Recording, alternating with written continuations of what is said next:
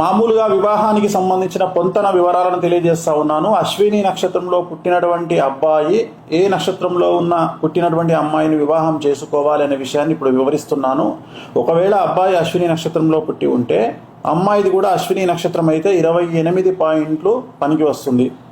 భరణి నక్షత్రంలో పుట్టిన అమ్మాయి అయితే 32 పాయింట్లు పనికి వస్తుంది. కృత్తిక 1వ పాదంలో పుట్టిన అమ్మాయి అయితే 27 పాయింట్లు పనికి వస్తుంది. కృత్తిక 2 నుండి 3, 4 పాదాల్లో పుట్టినటువంటి అమ్మాయి 18 పాయింట్లు పనికి వస్తుంది. రోహిణి నక్షత్రంలో పుట్టినటువంటి అమ్మాయి 23 పాయింట్లు పనికి వస్తుంది. మృగశిర 1, 2 పాదాల్లో పుట్టినటువంటి అమ్మాయి అయితే 23 పాయింట్లు వస్తున్నాయి, పనికి వస్తుంది. మృగశిర 3, 4 పాదాలలో పుట్టినటువంటి అమ్మాయికి 27 పాయింట్లు వస్తుంది, కలిసి వస్తుంది. ఆరుద్ర నక్షత్రంలో పుట్టినటువంటి అమ్మాయి అయితే 19 పాయింట్లు వచ్చినప్పటికీ కూడా ఇక్కడ నాడి దోషం ఉంది కాబట్టి పనికి రాదు.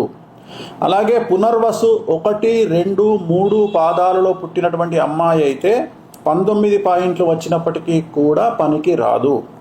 పునర్వసు 4వ పాదంలో పుట్టినటువంటి అమ్మాయికి 21 పాయింట్లు వచ్చినప్పటికీ కూడా నాడీ దోషం అయ్యింది కాబట్టి పనికి రాదు. పుష్యమి నక్షత్రం 30 పాయింట్లు వస్తున్నాయి.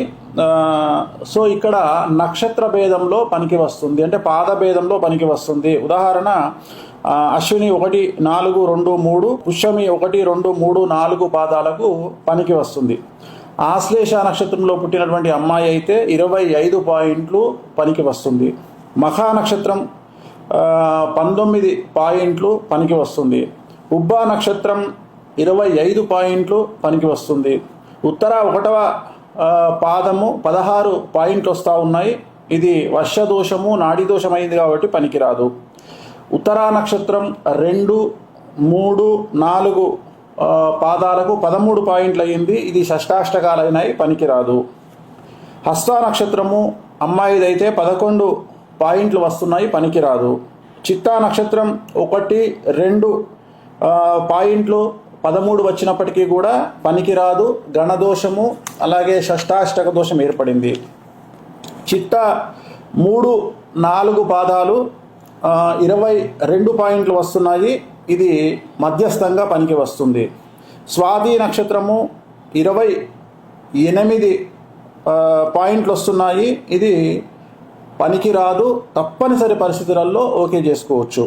విశాఖ 1, 2, 3 పాదాలు 22 పాయింట్లు వస్తున్నాయి, గణదోషం ఉంది, ఇది కూడా తప్పనిసరి పరిస్థితుల్లో అయితేనే ఓకే చేసుకోవచ్చు.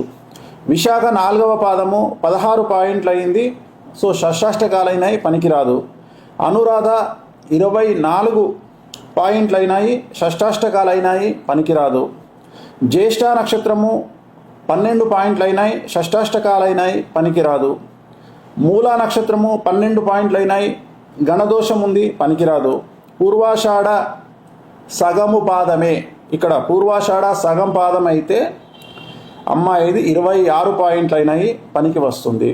సో పూర్వాషాఢ సగం పాదం నుండి 1, 2, 3, 4 పాదాలు 27 పాయింట్లు అయినాయి, పనికి వస్తుంది.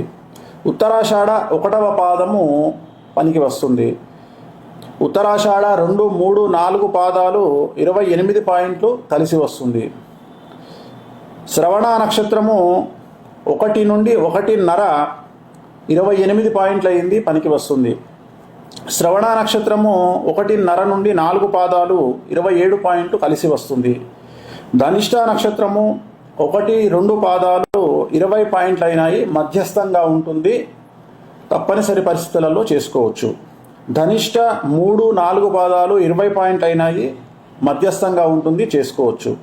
శతభిష నక్షత్రము 15 పాయింట్లు అయినాయి, గణదోషము, నాడి దోషం ఉంది కాబట్టి పనికిరాదు. పూర్వభాద్ర 1, 2, 3 పాదాలు 18 పాయింట్లు అయినాయి, పనికిరాదు. పూర్వభాద్ర 4వ పాదము 14 పాయింట్లు అయ్యింది, పనికిరాదు. ఉత్తరాభాద్ర 24 పాయింట్లు అయినాయి, మధ్యస్థంగా పనికి వస్తుంది. రేవతి 25 పాయింట్లు అయినాయి, చాలా బాగుంది, పనికి వస్తుంది.